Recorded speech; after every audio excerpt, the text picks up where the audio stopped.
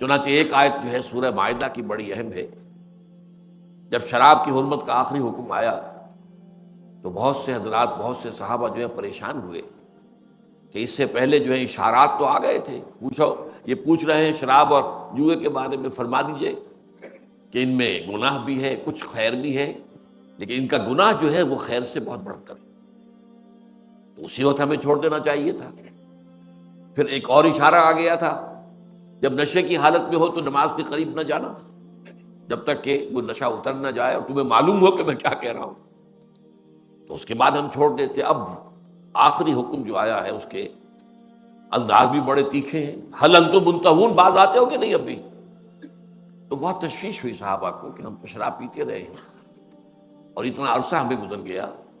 تو یہ میں آج کی اصطلاح میں کہہ رہا ہوں کہ ہمارے تو ہر خلیے میں، جسم کے ہر سیل میں شراب کے اثرات پہنچ چکے ہیں، تو اب گویا کہ کیسے نجات ہوگی؟ اس پر آیت اتری کہ کوئی حرج نہیں ہے، جو لوگ ایمان اور اسلام پر عمل کرتے رہے اور نیک عمل کرتے رہے، وہ جو کچھ کھاتے پیتے رہے اس کے حرمت کے آخری حکم کے آنے سے پہلے، ان پر کوئی حرج نہیں۔ اذا متقوا وآمنوا وعملوا الصالحات، جب تک کہ وہ تقوی کی روش پر رہے اور ایمان لائے اور نیک عمل کرتے رہے۔ ثم اتقوا وآمنوا، پھر اور تقوی کیا اور ایمان لے آئے، یعنی اسلام کا پہلے تھا معاملہ جس کے ساتھ عمل صالح ایک علیحدہ کیٹیگری کی حیثیت سے تھی، اب ایمان حقیقی ہے تو عمل اس کے تابع ہو گیا۔ ثم اتقوا، پھر اور تقوی ہوا، فاحسنوا، اور وہ احسان میں داخل ہو گئے۔ تو گویا کہ اسلام، ایمان، احسان، 3 درجے، اور یہ ہم حدیث جبرائیل میں پڑھ چکے ہیں۔ اب یہی دین کی حقیقت جو ہے، اس کو حضرت معاذ رضی اللہ تعالی عنہ سے مروی جو ایک طویل حدیث ہے اس میں بڑی تفصیل سے بیان کیا، اور اسی کا تقریباً یہ خلاصہ ہے جو آج ہم پڑھ رہے ہیں۔ وہ طویل حدیث تو میں نے اسی لیے حدیث جبرائیل کے ساتھ ہی اس کا بیان آپ کے سامنے کر دیا تھا، اس لیے کہ وہ دونوں حدیثیں میرے نزدیک دین کی حقیقت کو سمجھنے کے لیے اور اس کے جو اجزاء ہیں ان کی آپس میں کیا نسبت ہے، ان کو سمجھانے کے لیے دونوں حدیثیں نہایت اہم ہیں، نہایت جامع۔ اب اگرچہ وہ طویل حدیث جو ہے وہ مسند احمد میں بھی ہے، بازار میں بھی ہے، سنن نسائی میں بھی ہے، سنن ابن ماجہ میں بھی ہے، اور پھر ترمذی شریف میں بھی ہے، اور امام ترمذی کا قول اس کے ساتھ بھی یہ آتا ہے کہ حدیث حسن صحیح۔ اب یہ سمجھ میں نہیں آیا کہ اس حدیث کو چھوڑ کر امام نووی نے یہ اس کا خلاصہ جو ہے والی چھوٹی حدیث کیوں بیان کی؟ راوی اس کے بھی معاذ بن جبل ہے، اس کے بھی معاذ بن جبل ہے، اس کو بھی ترمذی نے روایت کیا ہے، اور اس کے بارے میں بھی ان کا کہنا ہے کہ حدیث حسن صحیح۔ تو محسوس ہوتا ہے کہ چونکہ امام نووی ایک مختصر کتاب مرتب کر رہے تھے، لہذا اس میں انہوں نے وہ طویل حدیث کی بجائے اس کا جو اہم ترین موضوع جو ہے وہ اس مختصر حدیث میں آ گیا، اس لیے اسے انہوں نے شامل کیا ہے، اللہ اعلم۔ اب اس حدیث کے اندر دیکھیے ایک پس منظر جو ہے اس کا واقعاتی، وہ اس طویل حدیث میں ہے۔ اب میں وہ پوری حدیث کا متن تو نہیں پڑھ سکتا، میں اس کا آپ کو مفہوم بتا دیتا ہوں، اور اسی لیے میں نے کہا تھا کہ یہ حدیث مجھے اس لیے بہت پیاری معلوم ہوتی ہے کہ دور نبوی کا ایک واقعہ ایسے بیان کیا گیا ہے جیسے کہ ہم خود اسے اپنی آنکھوں سے دیکھ رہے ہیں، جسے تصویر لفظی کہا جاتا ہے، لفظ میں کسی چیز کا نقشہ کھینچنے میں، تصویر کھینچنے میں۔ وہ روایت کا کیا پس منظر ہے کہ نبی اکرم صلی اللہ علیہ وسلم جب اپنے لشکر کو لے کر تبوک کی طرف روانہ ہوئے تو ایک روز ایسا ہوا کہ رات بھر سفر کرتے رہے تھے، اس لیے کہ وہاں تو گرمی میں شدید میں سفر جو ہے وہ رات ہی کو ہو سکتا تھا، دن میں جب تمازت ہوتی ہے اور صحرا بھی نیچے سے آگ اگل رہا ہے، اوپر سے جو سورج وہ آگ برسا رہا ہو، تو پھر وہاں سفر ممکن نہیں ہوتا۔ تو رات بھر سفر کر کے جب فجر کا وقت ہو گیا تو پڑاؤ کیا اور حضور نے نماز پڑھائی، فجر کی نماز حضور نے ہماری امامت فرمائی، ہم نے نماز ادا کی۔ پھر لوگ سوار ہو گئے اپنی سواریوں پر کہ سورج کے تیز ہو جانے تک، دھوپ کے تیز ہو جانے سے پہلے جتنا مزید سفر قطع ہو جائے وہ سفر کر لیں۔ جب دھوپ تیز ہو جائے گی، تمازت سخت ہو جائے گی، تب تو رکنا پڑے گا۔ لیکن اب ہوا یہ کہ چونکہ ساری رات کے جاگے ہوئے تھے، اور فجر کا وقت خاص طور پر ایسا ہوتا ہے کہ نسیم سحری جو ہے تھپکتی ہے انسان کو، تھپک تھپک کر سلاتی ہے۔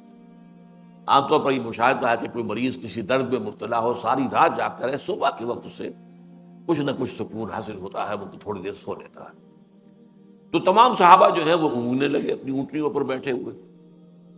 اونٹنیوں کو آزادی مل گئی. انہوں نے چلتے چلتے ادھر کو درخت دیکھا کیکر کا، اس میں منہ مار لیا، رک گئی، ناشتہ کر لیا، اور ادھر دیکھا ادھر مار لیا. تو گویا کہ وادی کے پوری چوڑائی میں لشکر پھیل گیا. سواریاں چل بھی رہی ہیں اور اپنا یہ ناشتہ بھی کرتی جا رہی ہیں. اوپر سوار جو ہے وہ اونگ رہے، انہیں پتہ نہیں. تو لشکر جو ہے وہ متفرق ہو گیا. اس حال میں حضرت معاذ بن جبل نے ایک خاص چونکہ بات تھی جو بعد میں کھلتی ہے، حضور کے ساتھ ساتھ آپ لگے رہے، جاگتے بھی رہے، سوئے نہیں، اونگے نہیں، اور دیکھتے رہے کہ حضور کی اونٹنی کے ساتھ ساتھ اپنی اونٹنی چلاتے رہے. یہاں تک کہ حضرت معاذ کی اونٹنی نے ٹھوکر کھائی اور وہ بدک گئی. اس کی وجہ سے چونکہ قریب تھی اونٹنی حضور کی، وہ بھی بدک گئی. اب حضور نے اپنے ہودج کا پردہ اٹھایا اور آپ نے دیکھا کہ سوائے معاذ کے آس پاس کوئی ہے ہی نہیں. تمام مسلمان جو ہے، تمام صحابہ جو ہے وہ تو ادھر ادھر بکھرے ہوئے. تو آپ نے آواز دی، یا معاذ رضی اللہ تعالی عنہ. انہوں نے عرض کیا، لبیک یا رسول اللہ، میں حاضر. فرمایا ادنو دونوں، اور نزدیک آ جاؤ، اور نزدیک آ جاؤ. تو قریب ہو گئے، یہاں تک کہ دونوں کی اونٹنیاں ایک دوسرے سے مس کرنے لگی، رگڑنے لگی ایک دوسرے. اب حضور نے فرمایا، میرا گمان نہیں تھا کہ لوگ مجھ سے اتنے فاصلے پر ہوں گے.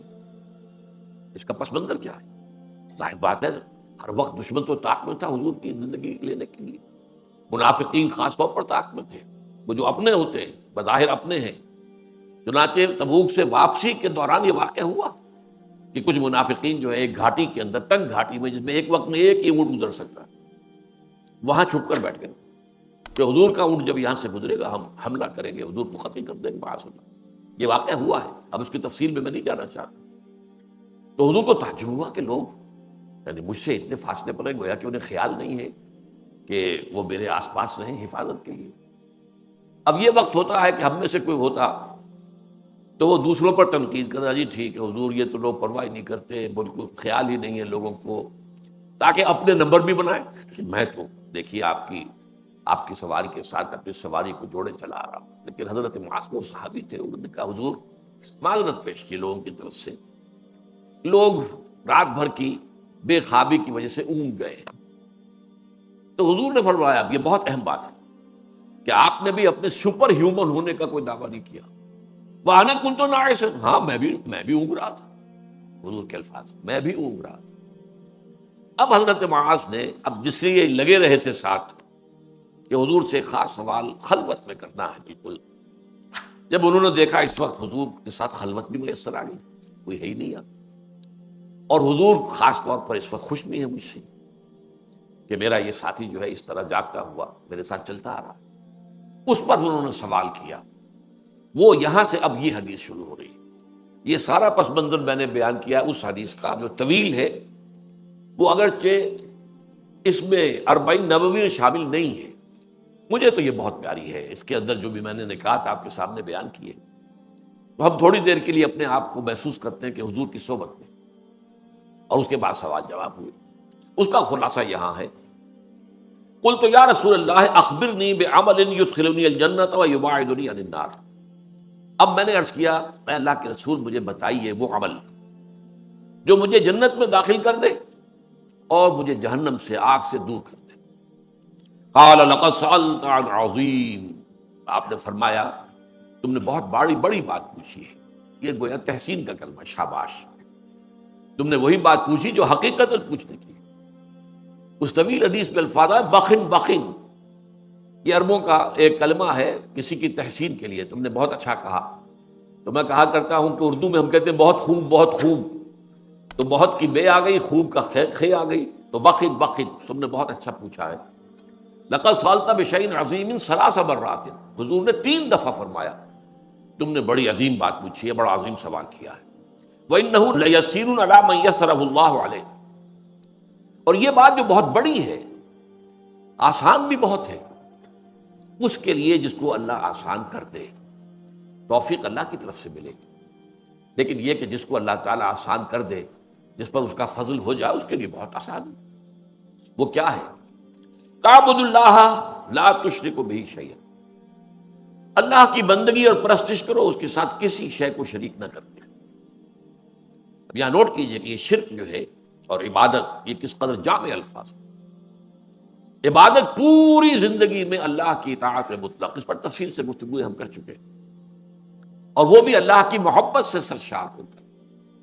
ہاں کبھی خطا ہو جائے تو توبہ کر لی جائے، دعا کر لی جائے، اللہ سے استغفار کیا جائے، لیکن یہ نہیں کہ مستقلاً کسی ایک گناہ کو بھی اپنی زندگی میں شامل کر لیا جائے مستقل طور، جیسے ہمارے ہاں ہو رہا ہے۔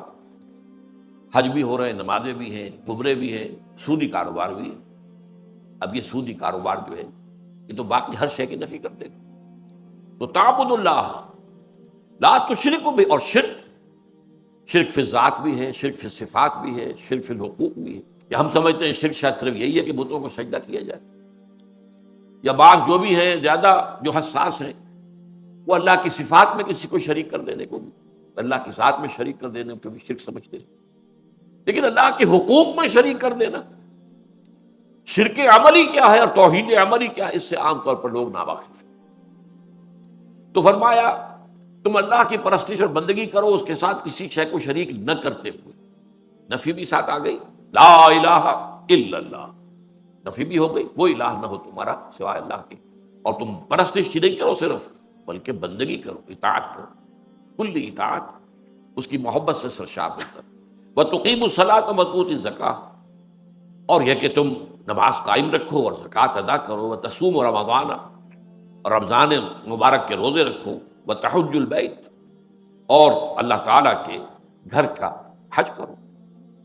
ثم قال، اب یہ تو بات آ گئی ایک جامع بات، دین کی جامع تعریف، دین کے تقاضوں کا جامع بیان، سب آ گئے اس میں۔ عبادت میں پوری زندگی کی اطاعت، شرک میں ہر نوع کے شرک سے بچنا، اور پھر اس کے ساتھ نماز، روزہ، حج، زکوٰۃ، جو کہ ارکان اسلام میں سے، جس کی بنیاد پر ہمارے معاشرے کا ایک خاص رنگ بنتا ہے، ہماری ایک تہذیب وجود میں آتی ہے، ہمارا ایک خاص تمدن ہے اسلامی زندگی کا، یہ اصل میں نماز، روزے، حج اور زکوٰۃ سے اس کی تشکیل ہوتی ہے۔ تو اس کو گویا کہ پورے دین کی تعبیر، اس کی حقیقت کو بیان کرنے میں یہ نہایت جامع کلمات ہے۔ اب اس کے بعد حضور خود فرماتے ہیں، ثم قال، آپ نے فرمایا، الا ادلک علی ابواب الخیر، تو کیا میں تمہیں یہ نہ بتاؤں کہ اس خیر کے، خیر کل کے دروازے کون سے ہیں، کن دروازوں سے اس خیر کل کو حاصل کرنے کے لیے داخل ہوا جا سکتا ہے۔ الصوم جنۃ، روزہ ڈھال ہے نفس کے خلاف، نفس کے حملوں کے خلاف، یہ ہم پڑھ چکے ہیں ایک اور حدیث میں۔ وَالصَّدَقَةُ تُطْفِئُ الْخَطِيئَةَ كَمَا يُطْفِئُ الْمَاءُ النَّارَ، اور صدقہ جو ہوتا ہے وہ خطا کو، گناہ کی آگ کو ایسے بجھا دیتا ہے جیسے کہ پانی آگ کو بجھا دیتا ہے۔ وہ ہو گئی یہ خطا، صدقہ تو اللہ کی راہ، تو یہ صدقہ جو ہے اس گناہ کے اثرات کو دھو دے گا جیسے کہ پانی آگ کو بجھا دیتا ہے۔ وَصَلَاةُ الرَّجُلِ فِي جَوْفِ اللَّيْلِ، اور last but not the least, یہ میں الفاظ اضافہ کر رہا ہوں، نماز پڑھنا بندے کا رات کے پیٹ میں، رات کے درمیانی حصے میں، تہجد اصل میں جسے کہتے ہیں، وہ نہیں ہے کہ جو عام طور پر لوگ فجر سے کچھ دیر پہلے جاگ گئے اذان سے اور جلدی سے 8 نفل پڑھ لیے، یہ تہجد نہیں ہے، یہ تو فجر کا ضمیمہ بنا لیا، ہاں نوافل ہے، عبادت ہے، اس کے بھی جو اس کے برکات ہیں وہ ظاہر ہوں گی، جو اس کا ثواب اور اجر ہے اللہ دے گا، لیکن اصل میں جسے تہجد کہا جاتا ہے وہ رات کو سو کر پھر اٹھنا، نیند کو توڑ کر، اور پھر سو جانا اور پھر اٹھنا فجر کے لیے۔ جوف کہتے ہیں پیٹ کو کسی شے کے، جوف اللیل، رات کے بطن میں، رات کے درمیان میں، یعنی نصف رات گزر جائے اس وقت سے انسان جو ہے وہ نماز پڑھے، اور پھر ثلث رہ جائے تو پھر جاتے، پھر سو جائے، اور پھر اس کے بعد اٹھے فجر کے لیے اور سنتیں پڑھے اور آئے مسجد کے اندر۔ تو یہاں آپ نے فرمایا وَصَلَاةُ الرَّجُلِ فِي جَوْفِ اللَّيْلِ، اور اپنے اس قول کے لیے حضور نے آیتیں تلاوت فرمائی، وہی دو آیتیں، یہاں یہ سورہ سجدہ کی آیت نمبر 16 اور 17 ہیں۔ تتجافی جنوبہم عن المضاجع، اللہ تعالیٰ اپنے خاص محبوب بندوں کی یہ صفات بیان کر رہا ہے کہ ان کے پہلو اپنے بستروں سے علیحدہ رہتے ہیں، رات کے وقت جاگتے رہتے ہیں، بستر پر لیٹیں گے تو سو جائیں گے، تتجافى جنوبهم عن المضاجع يدعون ربهم خوفا وطمعا، وہ اس وقت اپنے رب کو پکارتے ہیں، دعائیں کرتے ہیں، خوف کے ساتھ بھی، اس کے مواخذے کا خوف، اس کے عذاب کا خوف، اس کی باز پرس کا خوف، اس کی ناراضی کا خوف، جہنم کا خوف، وطمعا، اور طمع کس کی؟ اللہ راضی ہو جائے، اللہ کے اجر و ثواب کی بھی طمع ہو، لیکن سب سے بڑی طمع کیا ہے؟ اللہ مجھ سے راضی ہو جائے۔ اس لیے سب سے اونچا مقام یہی ہے، رضی اللہ عنہم ورضوا عنہ، اللہ ان سے راضی ہو گیا، وہ اللہ سے راضی ہو گیا۔ یہ باہمی رضا ہے، بندہ اپنے رب سے راضی رہے، وہ ہے کہ تسلیم و رضا، جو بھی دنیا میں آ رہا ہے اس پر شکوہ، اللہ کا شکوہ زبان پر نہ لائے۔ جو بھی آ رہا ہے یہ میرے رب کی طرف سے ہے، وہ میرا مولا ہے، آقا ہے، دوست ہے، میرا خیر خواہ ہے، اسے معلوم ہے کہ اس شر کے پیچھے کون سا خیر آ رہا ہے، مجھے کیا پتا، مجھے تو شر نظر آ رہا ہے، خیر تو نظر نہیں آ رہا۔ اس لیے فرمایا گیا کہ ہو سکتا ہے عسیٰ ان تکرہوا شیئا وہو خیر لکم وعسیٰ ان تحبوا شیئا وہو شر لکم واللہ یعلم وانتم لا تعلمون، ہو سکتا ہے تمہیں کوئی چیز بری لگے حالانکہ اسی میں تمہارا خیر ہو، این ممکن ہے تمہیں کوئی چیز اچھی لگتی ہو حالانکہ اس میں تمہارے لیے شر ہے، اللہ جانتا ہے، تم نہیں جانا۔ اس کیفیت کے اندر دنیا کی زندگی گزارے، اللہ تعالیٰ آخرت میں اسے راضی کر دے گا، اللہ اس سے راضی ہو جائے گا۔ تو یہ ہے در حقیقت اللہ تعالیٰ کے لیے صلاۃ الرجل فی جوف اللیل کا، کہ اس میں تتجافى جنوبهم عن المضاجع يدعون ربهم خوفا وطمعا ومما رزقناهم ينفقون، اور جو کچھ ہم نے انہیں دیا ہے اس میں سے خرچ بھی کرتے ہیں۔ اب اس کی کیا ہے، اس کا بدلہ کیا ملے گا؟ فلا تعلم نفس ما اخفی لهم من قرۃ اعین جزاء بما كانوا يعملون، تو کسی انسان کو پتہ نہیں ہے اس کے لیے اللہ تعالیٰ نے آنکھوں کی ٹھنڈک کا کیا کیا سامان فراہم کیا ہوا ہے۔ جنتوں کی نعمتوں کا تم اندازہ نہیں کر سکتے۔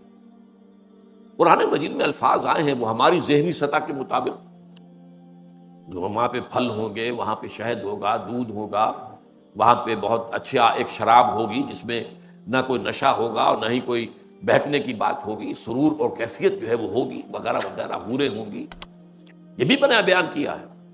لیکن ساتھ ہی حضور نے فرمایا کہ جنت کی نعمتیں وہ ہیں ما لا عین رات ولا اذن سمعت وما خطر علی قلب بشر، وہ تو ایسی نعمتیں، وہ ابتدائی جنت ہے وہ جس کا کہ ذکر ان الفاظ میں کھینچا گیا ہے۔ یہ نعمتیں جنہیں ہم سمجھتے ہیں، وہاں کھجور کے باغات ہوں گے اور انگور کے ہوں گے، اور وہاں پر انار بھی ہوگا، رمان ہوگا، سب کچھ ہوگا، ساری چیزیں ہوں گی، لیکن اصل میں اعلیٰ جنت جس کی طرف کہ پھر اللہ تعالیٰ کے وہ بندے جن کا ایمان گہرا تھا، وہ ان کو جو اوپر سے اوپر کی جنت میں لے جایا جائے گا رفتہ رفتہ، وہاں وہ نعمتیں ہیں جو نہ کسی آنکھ نے دیکھی، نہ کسی کان نے سنی، نہ کسی کے دل پر ان کا خیال تک وارد ہوا۔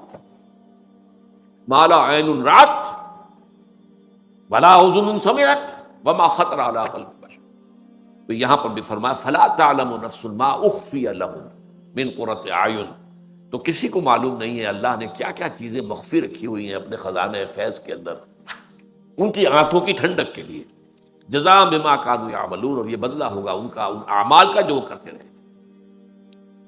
تو یہاں تک حضور نے یہ دونوں آیتیں جو ہیں حوالے کے طور پر، خاص طور پر تتجافى جنوبهم عن المضاجع کے حوالے سے، جو کہ حدیث میں الفاظ ہے وصلاۃ الرجل فی جوف اللیل، ثم قال، اس کے بعد یوں سمجھیے کہ حضور کا دریائے سخاوت جو ہے اور جوش میں آیا ہے۔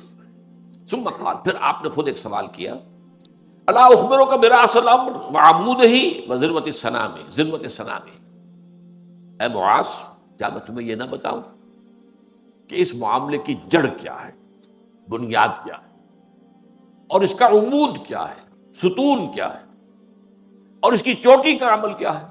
اب یہی وہ ہے دین کے مختلف اعمال، ان کی باہمی نسبت کیا ہے۔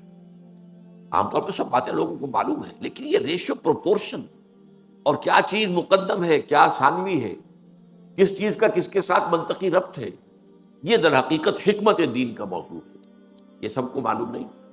اب یہاں پر پورے دین کو ایک درخت سے تعبیر کیا، ایک ہے اس کی جڑ، راس و حاضر لمحہ، ایک ہے عمود، تنا، عمارت میں آپ کہیں گے ستون، اور درخت میں وہ تنا ہوگا۔ وذروۃ السنام ہی، اور اس کی چوٹی کا عمل کیا ہے. چوٹی کیا ہے؟ اب آپ کو معلوم ہے درخت میں، آم کا درخت ہے تو جڑ بھی ہے، اس کے بعد تنا بھی ہے، اب اس کے بعد وہ شاخیں پھیلی ہوئی ہیں اور ان میں پتے بھی لگے ہوئے اور آم بھی لگے ہوئے ہیں. اصل شے ہوتی ہے وہ اوپر ہوتی ہے. اصل میں درخت آم کے لیے لگایا گیا، وہ جڑ میں نہیں لگتا، وہ تنے میں نہیں لگتا، وہ تو ٹہنیوں میں جا کر لگے گا، اوپر لگے گا چوٹی کے اوپر. گلاب کا پودا ہے تو گلاب کا پودا جو ہے اس پودے کی جڑ میں پھول نہیں لگتے، اس کے تنے میں، تنا تو چھوٹا سا ہوتا ہے، اوپر جو ہے وہ اس کی چوٹی جو ہے اس کے اوپر پھول لگے ہوئے ہوتے ہیں. تو اس کی جڑ کیا ہے اور اس کا عمود کیا ہے اور اس کی چوٹی کا عمل کیا، میں تمہیں بتاؤں؟ قلت بلا یا رسول اللہ، میں نے عرض کیا حضور ضرور فرمائیے، ضرور فرمائیے. قال راس الامر الاسلام، اس معاملے کی جڑ، بنیادی منزل اسلام. یہاں اسلام اپنے اس معنی میں آیا. ایک ہے اسلام اپنے ارکان کے حوالے سے، بنی الاسلام علی خمس، شہادت لا الہ الا اللہ وان محمد رسول اللہ واقام الصلاۃ وایتاء الزکوٰۃ وصوم رمضان وحج البیت من استطاع الیہ سبیلا.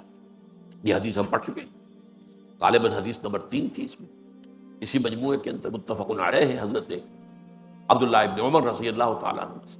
لیکن اسلام کا بھی جیسے میں نے عبادت کا بتایا آپ کو، پوری زندگی میں اللہ کی اطاعت. اسلام کے معنی بھی ہے سرنڈر کر دینا، ہمتن. اسلام کے معنی ہے ہتھیار پھینک دینا. اس لفظ کے اندر اصل میں نقشہ یہ ہے کہ دو آدمی لڑ رہے ہیں، ایک جو ہے وہ پھینک دیتا اپنے ہتھیار، گویا کہ سرنڈر کر دیا. یہ سرنڈر ہے. اسلام سرنڈر ہے اللہ کے سامنے. الاسلام یہ ہے در حقیقت جڑ. وعمودہ الصلاۃ، اور عمود جو ہے اس کا تنا نماز. ویسے بھی آیا ہے الصلاۃ عماد الدین، نماز جو ہے وہ دین کا ستون ہے. وہ عماد اور عمود لفظ تو ایک ہی ہے. وعمودہ الصلاۃ، اس کا عمود جو ہے، اس کا تنا جو ہے، اس کا ستون جو ہے، وہی میں عرض کر رہا تھا کہ عمارت کا کیا تصور کریں گے، عمارت میں بھی ایک بنیاد ہوتی ہے، پھر ستون ہے، ستون پر چھت ہوتی ہے. تو اسی طریقے سے درخت ہے، اس کی جڑ ہے، اس کا تنا ہے، اور پھر اوپر جو ہے برگوبار، جسے ہم کہتے ہیں برگوبار. تو فرمایا کہ اس کا عمود جو ہے، تنا یا جو اس کا ستون ہے، وہ نماز. وذروۃ صنامہ الجہاد، اور اس کے چوٹی کا عمل الجہاد ہے. اب یہ ہے اصل میں سمجھنے کی بات. ہمارا ذہن سارا کا سارا وہ ارکان اسلام کے اوپر جمع ہوا ہے. جو وہ بہت دیندار ہیں وہ بھی بہرحال ان 5 کا تو کر لیں گے معاملہ، لیکن اس سے آگے نہیں جاتے. اس لیے میں نے آیت آپ کو سنائی تھی، حقیقی مومن صرف وہ ہیں جو ایمان لائے اللہ پر، اس کے رسول پر، پھر شک میں ہرگز نہ پڑے، یقین والا ایمان. ثم لم یرتابوا، ریب نہ ہو، بالکل یقین بن جائے. وجاہدوا باموالہم وانفسہم فی سبیل اللہ، اور جہاد کیا انہوں نے اپنی جانوں اور مالوں کے ساتھ اللہ کی راہ.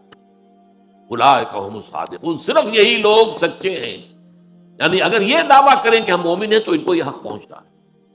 لیکن اگر یہ جہاد ہے ہی نہیں، دل میں یقین ہے ہی نہیں، بہرحال ایک عقیدہ ہے، والدین سے سن لیا، یا جب اسلام کو اللہ نے فتح دے دی تو فوج در فوج لوگ جو ہے وہ داخل ہو رہے ہیں.